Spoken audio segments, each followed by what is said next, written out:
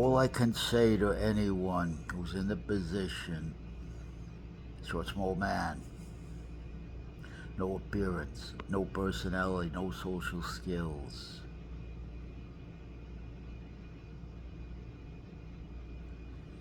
Everyone now has an opportunity to do what Donald John Trump did to President Zelensky. President Trump, if you watch the video, he talked into Zelensky. He noted that Zelensky, by his body language, very important, I watched that body language, was intimidated. It was the worst case of bullying and aggressiveness, unwarranted aggressiveness, and in-your-face confrontation I've ever seen. Disgraceful, especially for someone who is President of the United States. That behavior was hideous. But you have to take a lesson here like me. You prepare yourself. And you must. You have no other choice. Listen to me. I'm a short man just like you. Short, small man. Mocked, ridiculed for my height.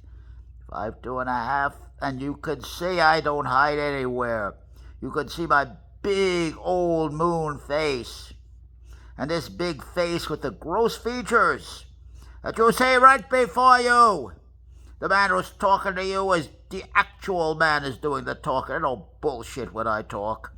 This is the real man talking to you, straight to you, just the way I am. And you push through all that. If you don't know what to do, drive. Drive. If you don't know what to do, say the first words that come into your mouth. In this situation now, you have no choice. A man put me in a bad position. He's jamming me up, is what we would say in the street. Trump is jamming him up. You see this all the time in the street. A good street fight. First it starts verbal, and then it ends up in fisticuffs. And then it becomes chingasso time, and you have no choice, my friend. You better be in shape or you're going to get crushed. This is the time you have to fight. Dog down! You have to fight to get a good piece of your opponent. You take the first punch. You have no choice. You hear me? You don't wait for someone to start the fight. Short as you are, disadvantaged, biomechanical, physical disadvantage, you start your fight. You take your first punch. That's all. That's all. You gotta know that. I hate to see, and I come from the Bronx, New York, in the 50s. I hate to see an intimidation process like this. I've seen it all my life. I hate to see a bullying process like this right before my eyes. I know it intimately. You may say, who in the hell are you? I'm just a mister. I have no credentials. My credentials is my life, my friend. My credentials is my life. My credentials is who I am and what I am. My credentials are years and years and years of hard study as an amateur philosopher. That's what my credentials are. And looking into the face of so many men, short, small men, who live their life being intimidated and paying homage to garbage like a Donald John Trump and a J.D. Vance and that other clown who said, don't you own a suit? Where do these people come from? Where do they come from? It's just plain etiquette, if nothing else. Very bad what I saw. But mostly it's the pile-on, my friend. I hate to see a pile-on. I hate to see that. Now when you talk to me, you're going to talk to a man right in front of you. I don't have any backup. I don't use any intimidating process bullshit, and I won't tolerate it if it's used against me. I don't care who the hell you are. If you want to talk, you're going to come to me like a man. We're going to sit down in a cup of coffee, and we're going to discuss it like men. And you're going to treat me with respect. That starts first. I demand it. I claim it. Then we'll talk. I'll listen.